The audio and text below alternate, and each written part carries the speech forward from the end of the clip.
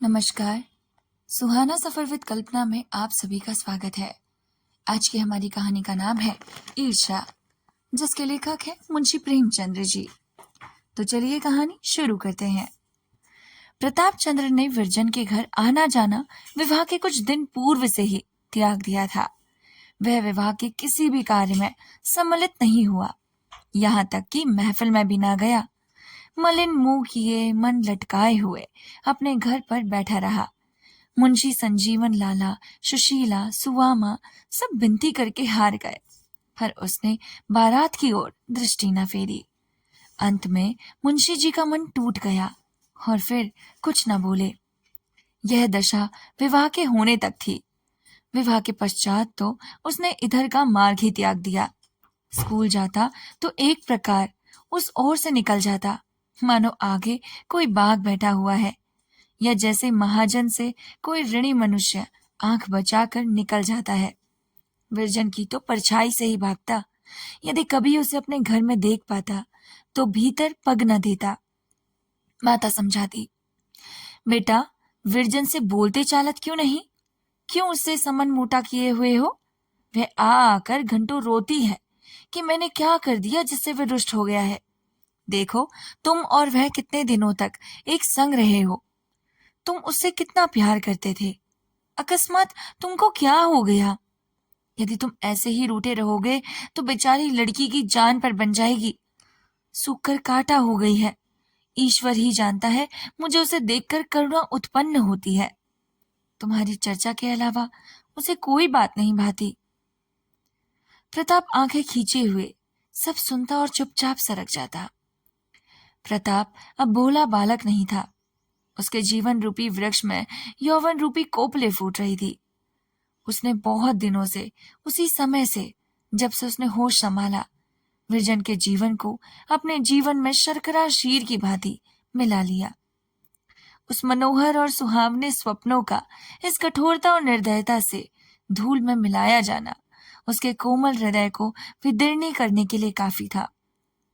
वह जो अपने विचारों में विरंजन को अपना सर्वस्व समझता था, कहीं का ना रहा, और अपने विचारों में विरजन को अपना सर्वस्व समझना, उसने कोई गलत नहीं किया। जिसने विरजन को एक पल के लिए भी ध्यान में स्थान न दिया था, उसका सर्वस्व हो गया। इस वितर्क से उसके हृदय में व्याकुलता उत्पन्न होती थी और जी चाहता था कि जिन लोगों ने मेरी स्वप्ननत भावनाओं का नाश किया है और मेरे जीवन की आशाओं को मिट्टी में मिलाया है, उन्हें मैं भी जलाऊं। सबसे अधिक क्रोध उसे जिस पर आता वह बेचारी सुशीला थी। शनेरू शनेरू उसकी यह दशा हो गई कि जब स्कूल से आता तो कमलाचरण के संबंध की कोई घटना अवश्य वर्णन करता, विशेषकर उस समय जब सुशीला भी बैठी रहती। उस बेचारी का मन दुखाने में इसे बड़ा ही आनंद आता था। यद्यपि अव्यक्त रीति से उसका कथन और वाक्य गति ऐसी हृदय भेदनी होती थी कि सुशीला के कलेजे में तीर की भांति लगती थी। आज महाशय कमलाचरण तिपाई के ऊपर खड़े थे। मस्तक गगन का स्पर्श करता था, परंतु निर्लज इतने बड़े कि जब मैंने उसकी ओर संकेत किया तो खड़े खड़े हंसने लगे। आज बड़ा तमाशा हुआ। कमला ने एक लड़के की घड़ी उड़ा दी।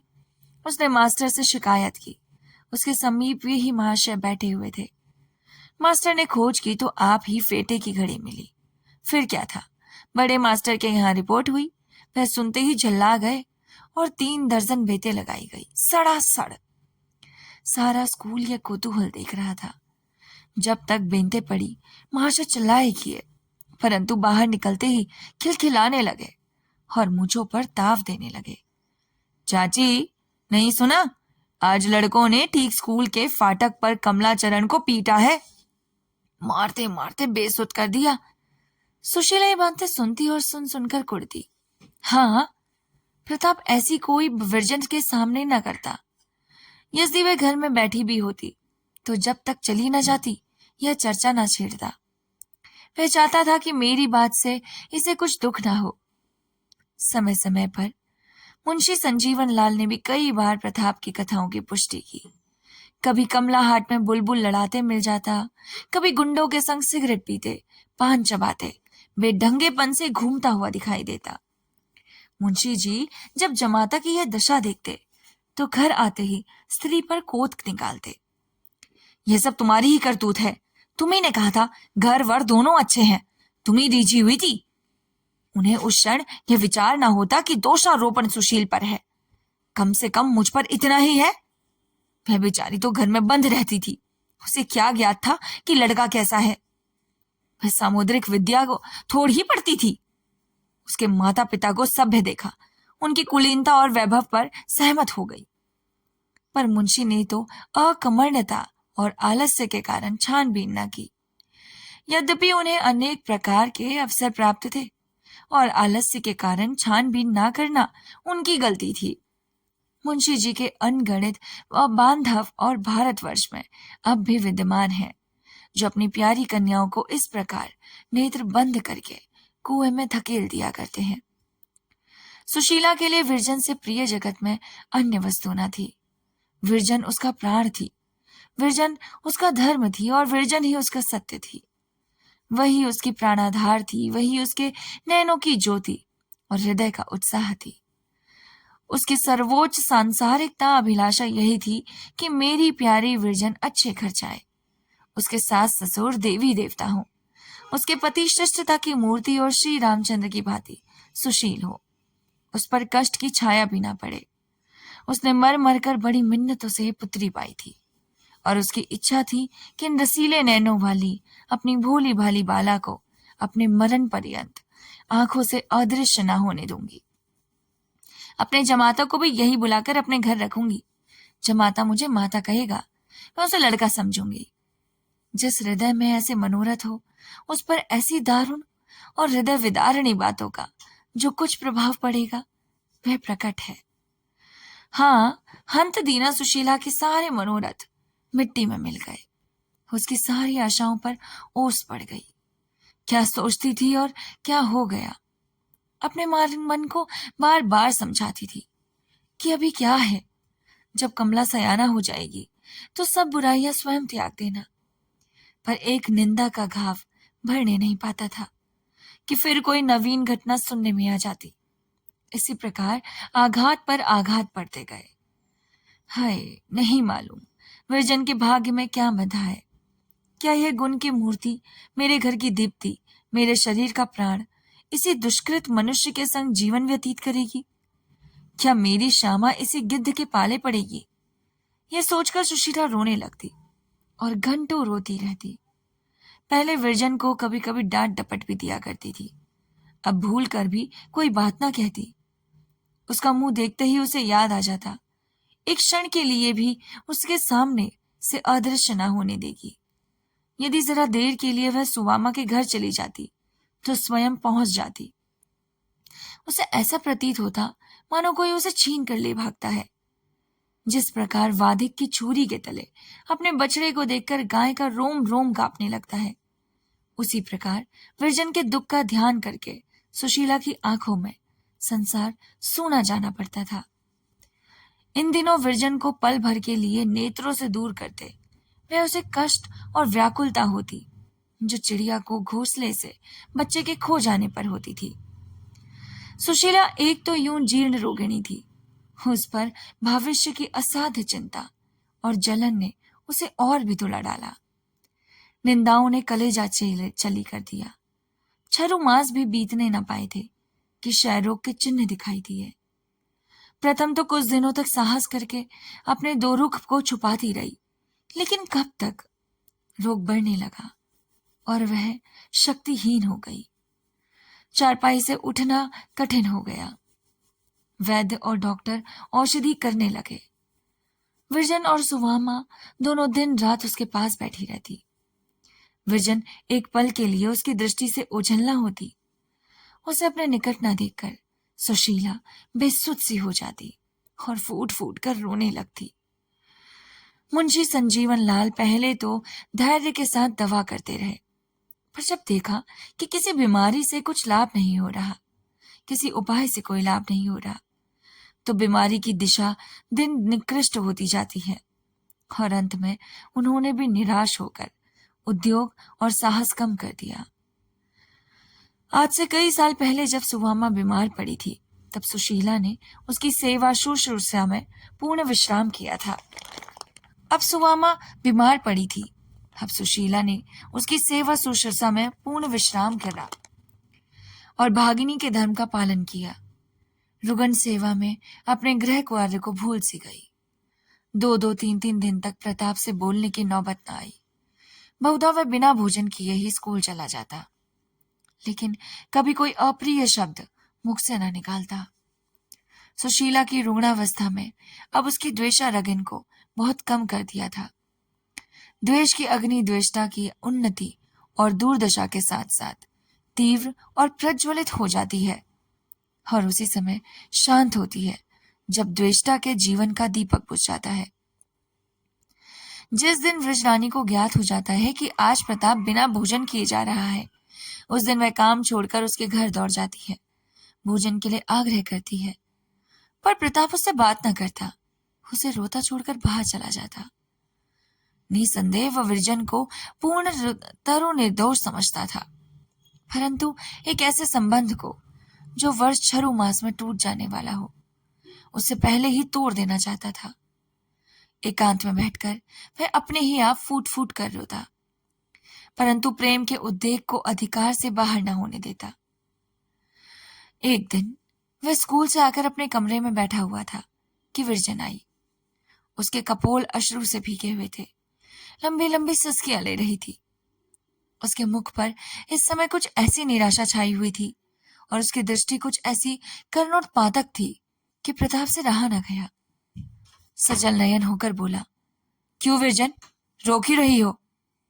विरजन ने कुछ न कहा। विरजन और बिलख बिलख कर रोने लगी। प्रताप का गांभीर्य जाता। वह निसंकोच होकर उठा और विरजन की आंखों से आंसू पोंछने लगा। विरजन ने स्वर संभाल कर कहा, लल्लू, अब माता जी ना जिएंगी, मैं क्या करूं? यह कहते कहते फिर सिसकियां उभरने लगी। प्रताप यह समाचार सुनकर स्तब्ध हो गया। दौड़ा हुआ विरजन के घर गया और सुशीला के चारपाई के समीप खड़ा होकर रोने लगा। हमारा अंतिम समय कैसा धन्य होता है। वह हमारे पास ऐसे ऐसे अहितकारियों को खींच लगता है जो कुछ दिन पूर्व हमारा मुंह नहीं देखना चाहते थे और जिन्हें इस शक्ति के अतिरिक्त संसार की कोई अन्य शक्ति पराजित न कर सकती थी। हाँ, ये समय ऐसा ही बलवान है और बड़े बड़े बलवान शत्रुओं को हमारे अधीन कर देता है। जिन पर हम कभी विजय न प्राप्त कर सकते थे, उन पर हमको इस समय विजय बना देता है। जिन पर हम किसी शत्रु से अधिकार न पा सकते थे, उन पर समय और शरीर के शक्तिहीन हो जाने पर भी हमको विजय बना देता है। आज पूरे वर्ष भर पश्चाताप प्रताप ने इस घर का पदार्पण किया। सुशीला की आंखें बंद थी, पर मुखमंडल ऐसा विकसित था जैसे प्रभात काल का कमल। आज भोर ही से वह रट लगाई हुई थी कि लल्लू को दिखा दो। सुवामा में इसलिए विरजन को भेजा था। सुवामा ने कहा, बहन आंखें खोलो, लल्लू खड़ा है। सुशीला ने आंखें खोल दी और दोनों हाथ प्रेम बाहुल्य से फैला दिए। प्रताप के हृदय से विरोध का अंतिम चिन्ह भी विलीन हो गया। यदि ऐसे काल में भी कोई मत्सर का मैल रहने दे, तो वह मनुष्य कहलाने का हकदार नहीं। प्रताप सच्चे पुत्रत्व भावना से आगे बढ़ा और सुशीला के प्रेमांक में जा लिपटा। दोनों आधे घंटे तक रोते रहे। सुशीला उसे अपने बाहों में इस प्रकार दबाए हुए थी मानो वह कहीं भागा जा रहा है। वह इस समय अपने सैकड़ों के धिक्कार दे रहा था कि मैं ही इस दुखिया का प्राणहारी हूं। मैंने ही द्वेष दुरावेश में वशीभूत होकर इसे इस गति को पहुंचाया है। मैं ही इस प्रेम की मूर्ति का नाशक हूं। जैसे जैसे ये भावना उसके मन में उठती, उसकी आंखों से आंसू बहते। निदान सुशीला बोली, लल्लू, अब मैं 2-1 दिन की और मेहमान हूं। मेरा जो कुछ कहा सुना हो, क्षमा करो। प्रताप का स्वर उसे वश में न था, इसलिए उसने कुछ उत्तर न दिया। सुशीला फिर बोली, न जाने क्यों तुम मुझसे रुष्ट हो। तुम हमारे घर नहीं आते, हमसे बोलते नहीं। जी तुम्हें प्यार करने को तरस तरस कर रह जाता है, पर तुम मेरी और तनिक भी सुधि नहीं लेते। बताओ, अपनी दुखिया चाची से क्यों इतने रुष्ट हो? ईश्वर जानता है, मैंने तुमको सदा अपना लड़का समझा। तुम्हें देखकर मेरी छाती फूल उठती थी। यह कहते कहते निर्बलता के कारण उसकी धीमी हो गई बोली, जैसे क्षितिज के अथाह बिस्तर में उड़ने वाले पक्षी की बोली प्रतिक्षण मध्यम होती जाती है। यहाँ तक कि उसके शब्द का ध्यान मात्र शेष न रहा। इसी प्रकार सुशीला की बोली धीमी होते होते केवल साय साय रह गई और ये कहानी यहीं पर ही खत्म हो गई। इस कहानी में हमने ये सीखा कि देखिए, आपके साथ जो भी इंसान जब भी हो, अगर वह इंसान अपनी मर्जी से आपसे दूर जा रहा है तो उसे जाने दीजिए, क्योंकि हो सकता है कि उसकी खुशी ही उसमें हो। लेकिन अगर आप उसे अपनी जिंदगी से हमेशा के लिए दूर कर देते हैं तो दूसरे इंसान के मन की जो लालसा है वो वैसी ही रह जाती है। उसके प्यारे भाई लल्लू ने सुशीला को खुद से अलग कर दिया और सुशीला इसी दुख में रह गई कि भला ऐसा मैंने क्या कर दिया था जिस वजह से मेरा प्यारा भाई लल्लू मुझसे बात तक नहीं करता, मेरे घर आना जाना छोड़ दिया, मेरी ओर ताकता तक नहीं। सुशीला बेचारी को तो भनक भी नहीं थी कि लल्लू से क्यों बात नहीं करता। तो इस प्रकार के कार्य कभी ना कीजिए। जिनसे आपने कभी जिंदगी में प्रेम किया हो या प्रेम करते हैं, उनका सदैव साथ दीजिए। जरूरी नहीं कि प्रेम तभी पूर्ण हो जब वो आपको प्राप्त हो जाए। प्रेम की प्राप्ति दूर से भी की जा सकती है। यानी कि हमेशा प्रेम का जो संबंध माना जाता है वो आत्माओं के मिलन से माना जाता है। तो अगर किसी और का प्रेम कहीं और भी चला गया तो अपने प्रेमी को, यानी कि जिसे आपने भगवान रूप दिया है, उसे तो सक्षम कीजिए, उसे पूर्ण रखिए। मिलते हैं आपसे नेक्स्ट कहानी के साथ। तब तक हमारे चैनल को जरूर से सब्सक्राइब कर दीजिए, लाइक कीजिए, शेयर कीजिए, कमेंट कीजिए। हमें बताइए कि आपको हमारी कहानी सुनाने का अंदाज कैसा लगा। मिलते हैं आपसे नेक्स्ट कहानी के साथ। तब तक के लिए नमस्कार, अपना ख्याल रखिएगा।